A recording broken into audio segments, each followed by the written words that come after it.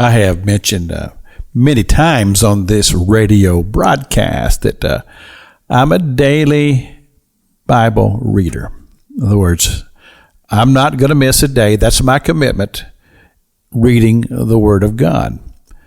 And as a result of that, I have obtained all these treasures over the years, little nuggets that God shows me through His precious Word.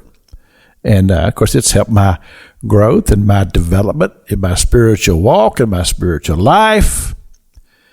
And such a nugget that I discovered reading through the book of 2 Samuel. I came to the last chapter, which is chapter number 24.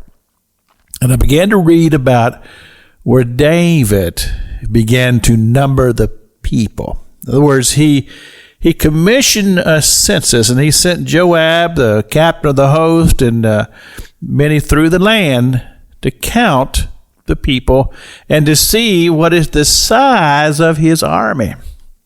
And it was tremendous. And when they brought the tally back to David, all of a sudden, David realized that this was a terrible transgression before God, and that God was very displeased with this. Now, what's interesting, if you read the same account in the Chronicles, it says that Satan lifted up David's heart to do this.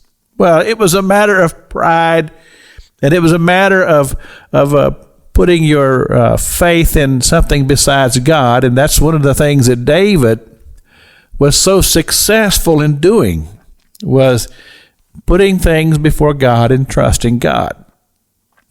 But the thing that caused my mind to really begin to think on these things was thinking about this man, David himself. And God's own words, it says, this is a man after my own heart. And that's amazing, considering the things that David did. Now, everybody knows about the situation with Bathsheba and how that because of his sin with her, and the prophet came and said, the sword will never depart from your house. I just read in the book of 2 Samuel about Absalom and how Absalom had betrayed him. And oh my goodness, what a story. But you see, the Bible is called the book of truth. And the reason why it's called the book of truth is because God doesn't cover anything up. He shows the whole thing, even the ugly things about his followers and people that even God says, a man after my own heart, but certainly not a perfect man. But here's the thing. You look at that life and you look at that testimony, and then you look at God's relationship with him, and to all of us, it gives us hope.